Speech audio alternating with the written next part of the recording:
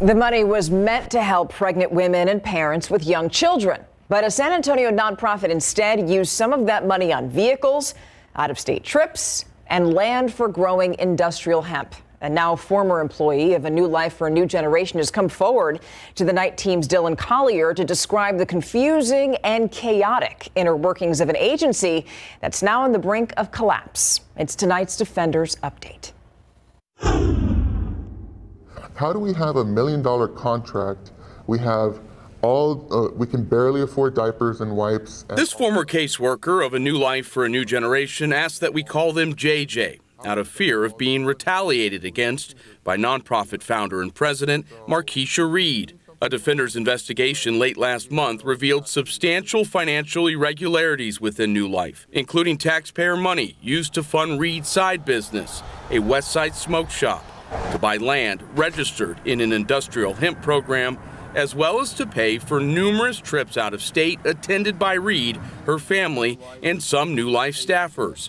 All of the jaunts documented by Reed on her public Instagram page. Everybody was aware that something was wrong financially, but nobody knew quite the extent of what was happening. JJ says Reed at times missed payroll and that caseworkers were given inconsistent information on how many diapers and how much formula to provide clients.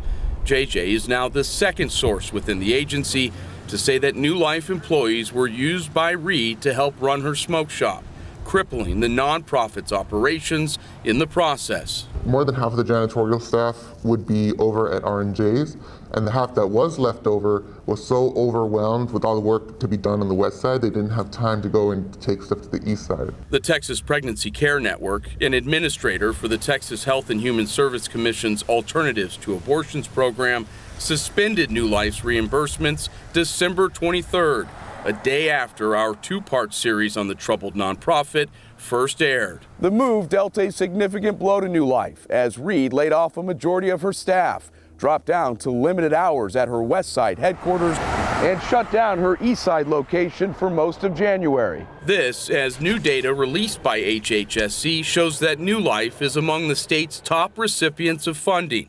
Its reimbursements of more than $1 million last fiscal year put it 10th out of 50 subcontractors taking part in the statewide program. HHSC officials refused to make Executive Commissioner Cecile Irwin-Young available for an interview, but in a written statement said the agency takes seriously any allegations of misuse of public funds. Quote, "We are currently discussing these allegations with our contractor and exploring options including appropriate corrective actions as outlined in our contract." JJ, who resigned from New Life late last year, believes it's time to make a change at the top. I don't want the services to stop. I don't want New Life to be shut down. I want Keisha to be replaced with someone who is going to do and help the people they say they're going to do and help. For the Defenders, Dylan Collier, KSAT 12 News. Our defenders also sent emails to Reed's personal and New Life accounts, but never got a response. State officials haven't said what comes next for her nonprofit, but they did indicate that the group could be forced to repay the funding that it received. By the way, it's also unclear whether the Texas Attorney General's office is going to file a criminal case against Reed.